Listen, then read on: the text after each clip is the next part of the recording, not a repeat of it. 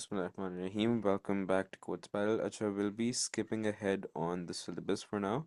हमने last time conditional statements cover की थी, both types, if in case, along with हमारा basic syntax. This time we'll be moving straight to subroutines because this is one of the more challenging topics, especially हमारे ASCS में. ठीक है, तो loops से लेके searching and sorting तक इंशाल्लाह will be covering in the next videos, मगर इसकी मेरे जानने वालों ने काफ़ी डिमांड की थी, तो दिस गिव मी फर्स्ट. तो सब रूटीन्स, इनको हम यूज़र डिफाइन, इसमें हमारे सिलेबस में दो हैं. एक हमारी बिल्ट इन सब रूटीन्स हैं और एक हमारी यूज़र डिफाइंड सब रूटीन्स हैं. ठीक है, तो we're gonna be talking about both of them today, but हम पहले यूज़र डिफाइन की बात करेंगे क्योंकि जो दूसरे वाले हैं, जो बिल्ट इन है, वो ओ लेवल्स और ए लेवल्स में थोड़ी सी फ़र्क है. क्योंकि ए लेवल्स में, ए एस में स्पेसिफिकली, आपको उसके लिए एक इंडेक्स दिया जाता है. इंडेक्स कुछ पेपर्स में उसको अपेंडिक्स भी कहते हैं. That basically has details on all of the subroutines you're required to use.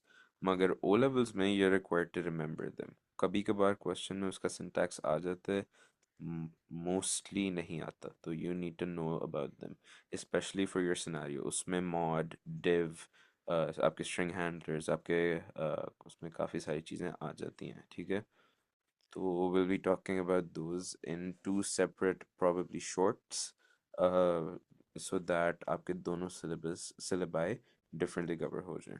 ठीक है, तो subroutines, these are हमारी user defined subroutines. ठीक है, अच्छा, अब इसका एक नोट है, ये आपने बहुत ख्याल रखना है, ये एक्चुअल प्रोग्राम का पार्ट नहीं होते. अगर इनके कैरेक्टरिस्टिक्स की बात की जाए, इस पे थ्योरी क्वेश्चन आता है. रीयूजेबल है, can be called several times within a program, they enhance execution time, और no need to debug again and again.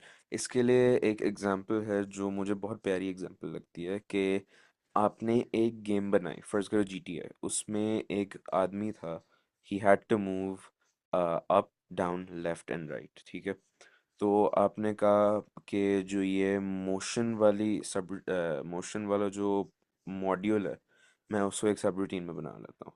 ठीक है, तो फिर नेक्स्ट ईयर आपको एक गेम बनानी पड़ गई, आपको उसमें एक अपडेट डालनी पड़ गई which requires a car to move forwards, backwards, left and right. तो आपने कहा कि मैं दोबारा से वो कोड क्यों करूं, मैं सीधा सीधा अपनी वो मोशन वाली सब रूटीन को रिकॉल कर लेता हूँ. तो आपको पता है कि वो एफिशिएंट भी है क्योंकि आपने पहले बनाई थी.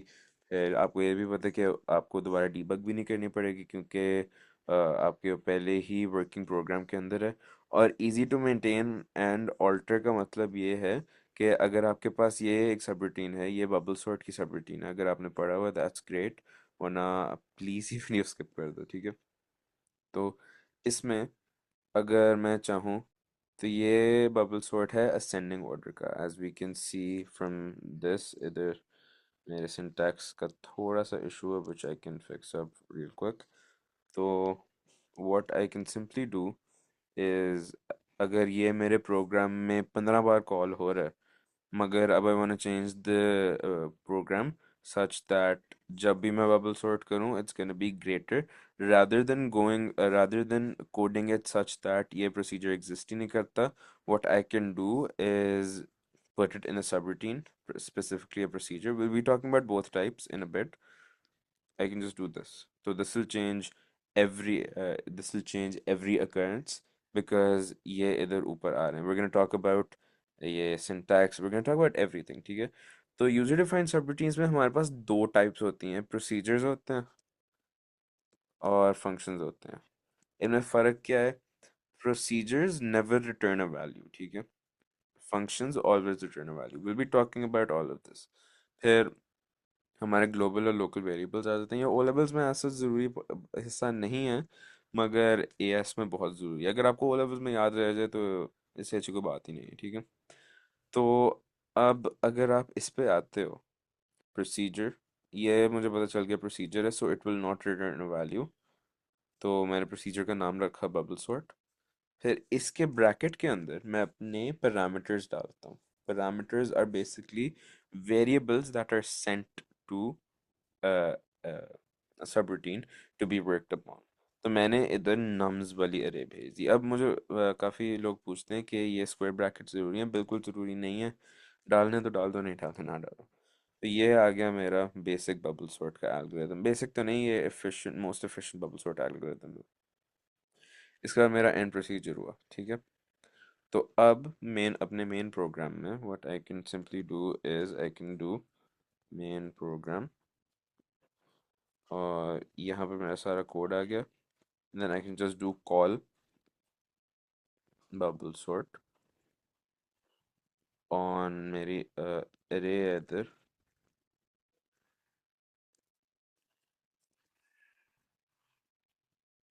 इसको मैं पैरामीटर्स देता हूँ 1 to 50, और ये अरे है ऑफ, समझ लो, इंटीजर, ठीक है।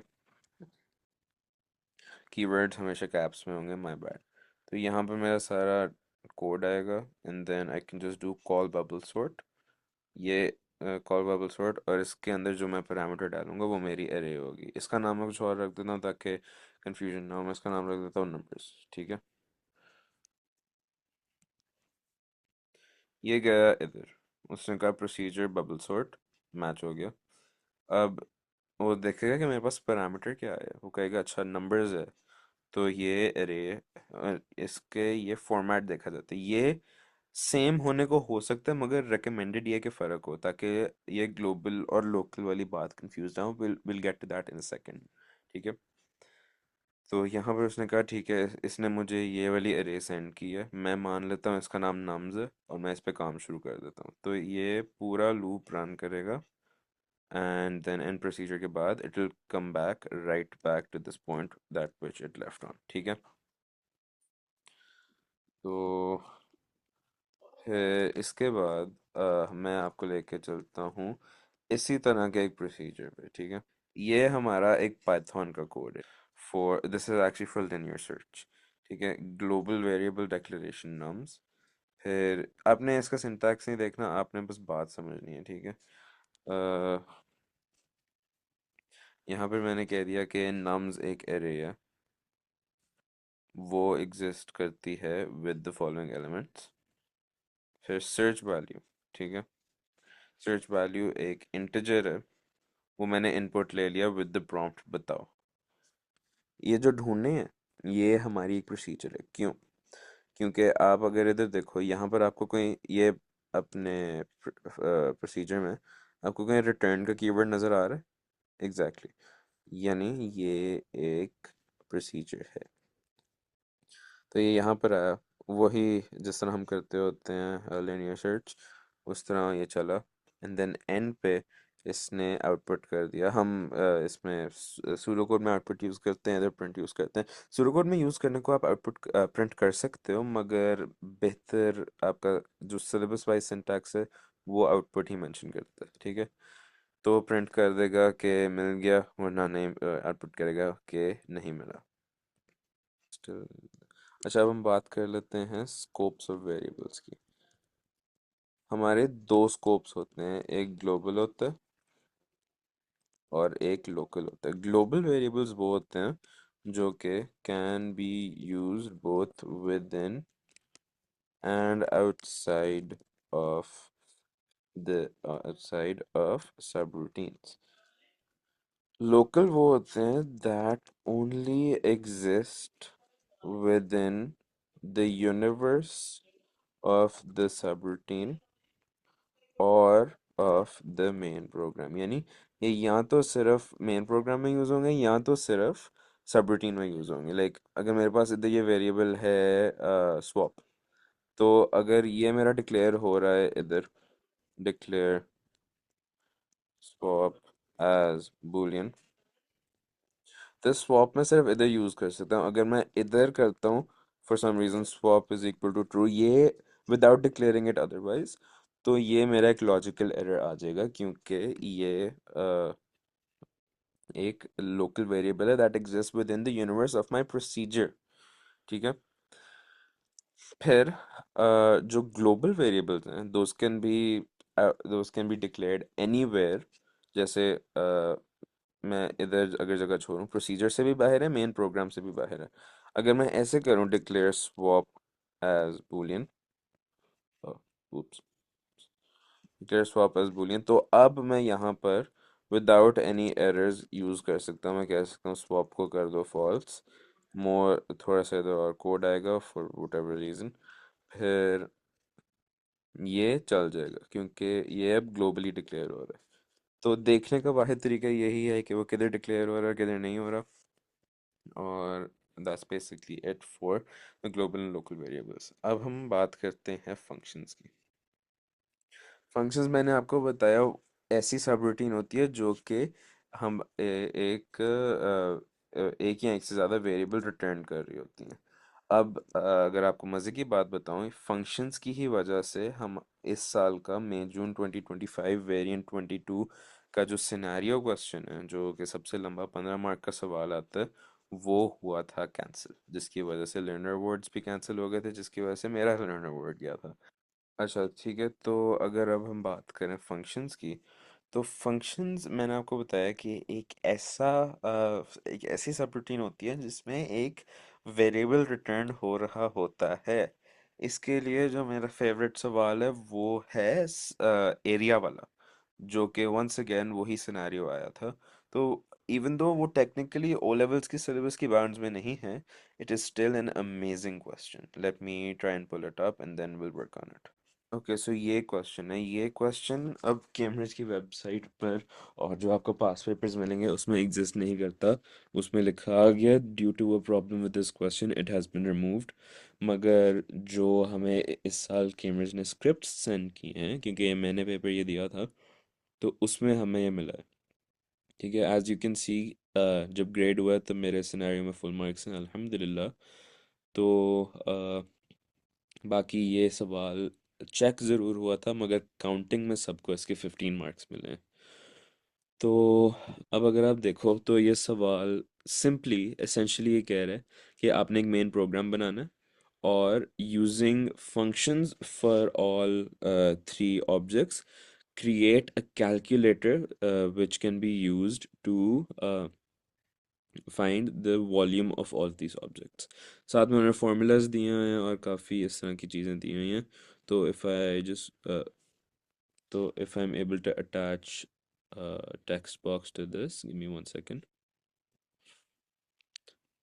तो अगर अब हम बात करें अपने मेन अच्छा, तो कुछ लोग ये कहते हैं कि मेन प्रोग्राम पहले होना चाहिए, कुछ लोग कहते हैं सब रूटीन पहले होना चाहिए। मैं आपको एक बात बता दूं, बोथ आर फाइन, क्योंकि लॉजिकली जब एक कंप्यूटर ने शुरू हमेशा मेन प्रोग्राम से ही होना है, मगर जब लॉजिकली एक कंप्यूटर ने देखना है कि मेन प्रोग्राम में अ सब रूटीन इज बीइंग कॉल्ड, वो पूरा कोड छानेगा to check where the subroutine is. ठीक है, दैट इज कोड के हेडर्स छानने का, पूरा कोड छानने में तो that will be very inefficient.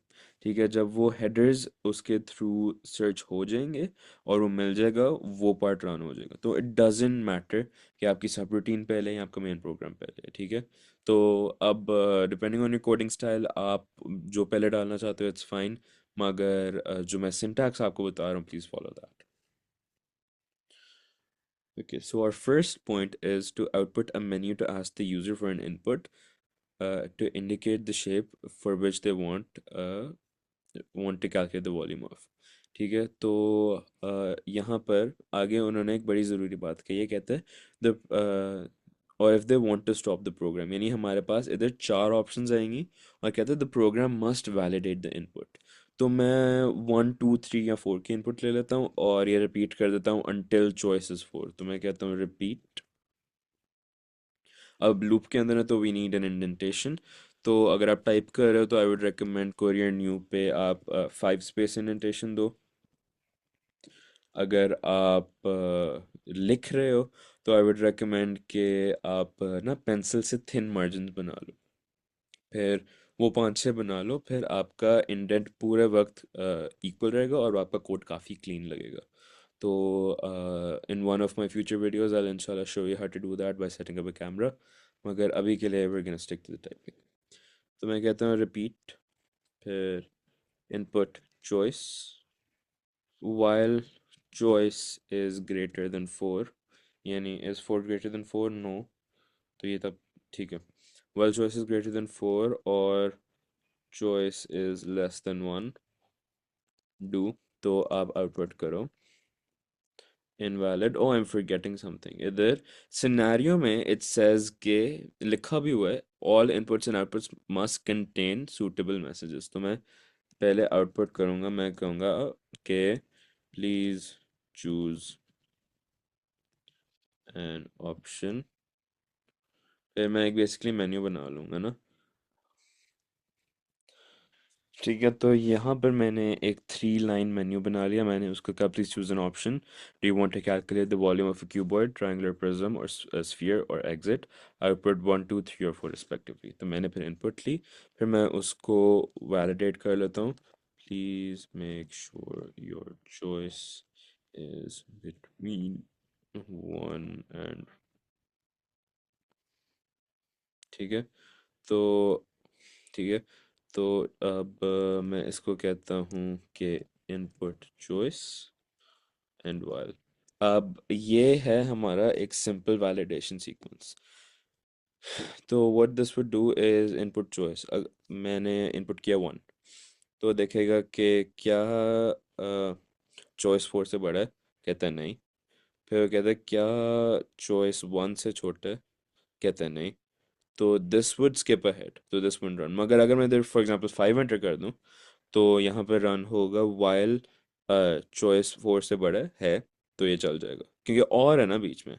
तो only one of them has to be fulfilled, तो only one of the conditions has to be fulfilled. I don't think there would be any number that could fulfill both of them. Anyway, my point is ये हमारा एक simple validation sequence बन गया। नहीं नहीं, अच्छा, so here it says के input the data needed to calculate the volume of the chosen shape based on the given formula. मैंने आपसे पहले भी कहा कि यहाँ पर हमें 3 चाहिए, यहाँ पर हमें 3 चाहिए क्योंकि 1/2 तो कांस्टेंट है ना, we can just use that. फिर यहाँ पर हमें 1 चाहिए क्योंकि रेडियस क्यूब हो रहा है, 4/3 और पाई हमारे कांस्टेंट्स हैं। We need to declare this as a constant as well, keep that in mind, क्योंकि उसने हमें कहा हुआ है all variables and constants must be declared, ठीक है। So here I believe we would use nested ifs क्योंकि हमारा syllabus doesn't technically specify the syntax for multi-line programs within a case statement. तो I can't just do case of choice और फिर इधर आके 1 पे I can't just do that क्योंकि our syllabus doesn't technically specify that. तो मैं इधर simply कह सकता हूँ if choice is equal to 1, then input length, width, height, फिर मैं इधर कह सकता हूँ area is assigned as area cuboid, area cube रख लें, area cube, len, width and height। फिर इधर हमें obviously एक आउटपुट देनी है क्योंकि we're working on a scenario। मैं कह सकता हूँ output please enter the length, width and height of the cuboid, cuboid, my bad, okay। ठीक है, तो अब we're gonna work on getting the we're gonna work on the procedures at the end। तो मैं यहाँ पर कह सकता हूँ end if, I mean functions, ठीक है। फिर secondly अब we can use nested ifs, मगर क्योंकि we're not working on a final else condition क्योंकि वो हमारे validation में वैसे ही निकल गया है, तो मैं कह सकता हूँ if choice is equal to 2, then just copy this down. So then output please enter the length, width and height of the triangular prism, तो area ट्राइप्रिज्म, ठीक है। फिर यहाँ पर एंड इफ, और फिर finally for my last for my last module of this what I can do is if choice is 3, please enter the radius of the sphere. Input rad area sphere, इसको मैंने भेज दिया अपना radius. तो अब ये हमारा मेन प्रोग्राम कंप्लीट हो गया। यहाँ पर आई कैन डू, यहाँ पर रिपीट था, मैं कहूँगा until choice is equal to 4, तो वो अब अंदर आएगा। यहाँ पर अगर चॉइस 4 हुई तो अगर चॉइस फॉर एग्जांपल मैं 5 एंटर करूँ तो ये वैलिडेट होगा। वो जब मैंने 4 एंटर की it would say no, move ahead, no, no, choice 4, loop ख़त्म। ठीक है, दैट्स ग्रेट। अब हम आ जाते हैं अपने फंक्शंस पे, the main part of why I am making this video. मैंने कहा फंक्शन, पहले का नाम मेक श्योर करना आपने सेम रखना है, एरिया क्यूब, फिर लेन, ये हमारा। अब क्वेश्चन स्टेट नहीं कर रहा कि इंटीजर्स हैं या रियल हैं, तो अम, चलो हम इंटीजर मान लेते हैं। इंटीजर विड्थ, ये भी इंटीजर, और फिर हाइट, ये भी इंटीजर। अब यहाँ पर हमारा अब एक ब्रांड न्यू कीवर्ड जो कि हमने पहले नहीं पढ़ा, वो है रिटर्न्स। रिटर्न्स, ये भी रिटर्न्स रियल कर लेना, क्योंकि नहीं, यहाँ पर क्योंकि तीनों इंटीजर हैं तो रिटर्न भी इंटीजर ही होगा। बाकियों में हम रियल कर लेंगे इंटीजर। ठीक है, ये अब हमारा एक ब्रांड न्यू कीवर्ड है। अब कीप इन माइंड ये रिटर्न नहीं है, रिटर्न भी है मगर वो अभी नहीं है, रिटर्न्स इंटीजर। ठीक है, मैं यहाँ पर आता हूँ। अब फंक्शन के अंदर भी अगर आपने इंडेंट देना आप दे दो, वरना it's not entirely an obligation, मगर it's better if you do so क्योंकि it makes it easier to read. तो आई गिव इट 1 2 3 4 5 का indent and I copy this ताकि इट्स easier फॉर मी। फिर इधर अब उसने मुझे कहा है कि each function uses input data as parameters. अब पैरामीटर्स मैंने आपको बताया था ये हैं। अच्छा, अब मैंने आपको एक और चीज़ भी कही थी जो मैं यहाँ पर यूज़ कर रहा हूँ। I can use those, but it's better to not. So I'm just gonna use LWH. Single character keywords are allowed. ठीक है, यहाँ पर LWH. Output the volume in the main program. Output, ये keep this in mind. Output the volume in the main program. Rounded to 2 decimal places. ठीक है, यानी कि we're gonna have to return real. अब perfect. तो यहाँ पर what we can do is very simply area.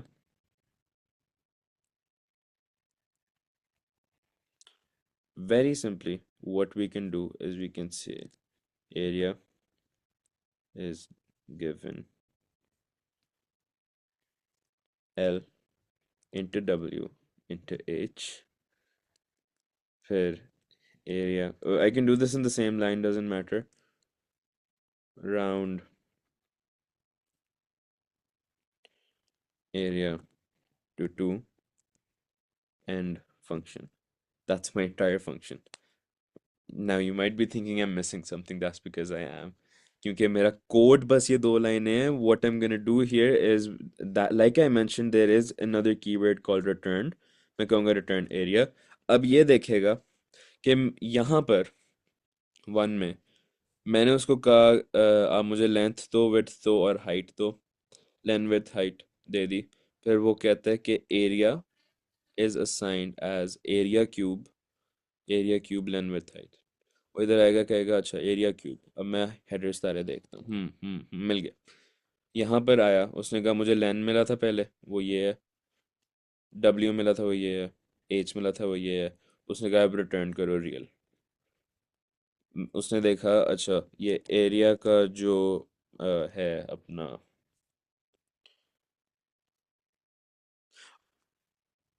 अच्छा आई नो के इस इंसान को नाम मैंने एरिया दे दिया है, हालांकि ये वॉल्यूम है।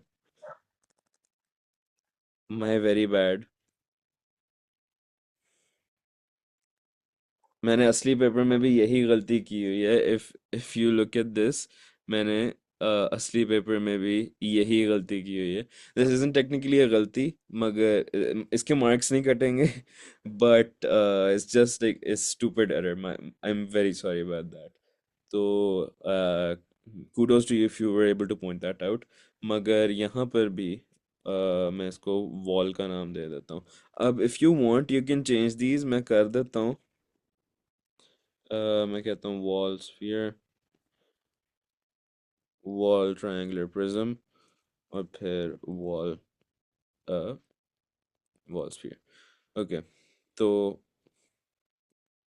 Return wall. I am so sorry about that. ठीक है, तो उसने देखा कि सबसे पहले लेंथ आ रही है, इधर आए, उसने कहा कि एल है तो ये वो लाइन वाला ही होगा। डब्ल्यू ये एक्सेप्ट हो गया, एच ये एक्सेप्ट हो गया। तो उसने कहा कि मेरे पास अब तीनों पैरामीटर हैं, मेरे पास वेरिएबल्स जो कि पैरामीटर के तौर पे सेंड हुए थे। फिर वॉल्यूम उसने असाइन कर दिया लेंथ को मल्टीप्लाई करके विड्थ के साथ, और उसको मल्टीप्लाई करके हाइट के साथ।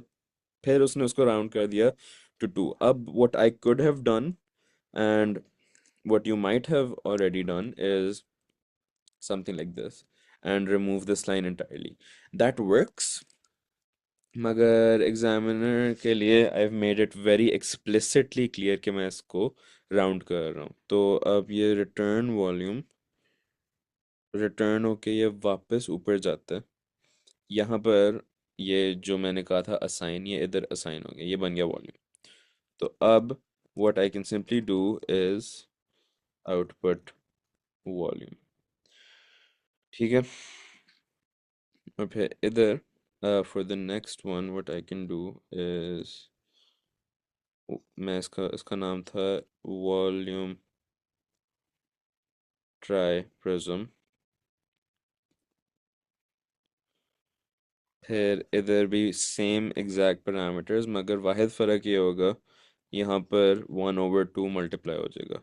अब yes you could have done something like this, मगर this is I feel like it's better। तो ये वॉल रिटर्न हुआ, यहाँ पर आया वॉल्यूम, वॉल ट्राई प्रिज्म बन गया, यहाँ पर आउटपुट हो जाएगा आपका वॉल्यूम, आउटपुट वॉल्यूम। अब जो आखिरी वाला है उसके लिए भी हम ऐसा एक सीन कर लेते हैं।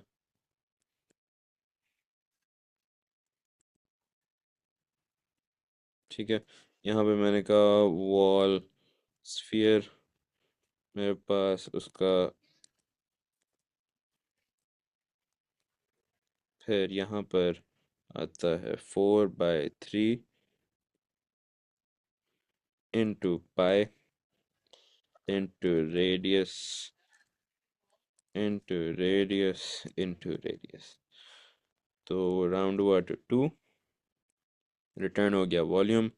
इधर ऊपर आए वॉल स्फीयर, ये हो गया इधर output volume and if, and that is our entire scenario, alhamdulillah। तो this is a very good way to understand functions. तो अगर आपको कुछ नहीं समझ आया, feel free to let me know, I can make a follow up video. That basically rounds out हमारा पूरा सब रूटीन ओके का topic for O levels and user defined subroutines for A levels. अब में तो that's basically it, thank you so much.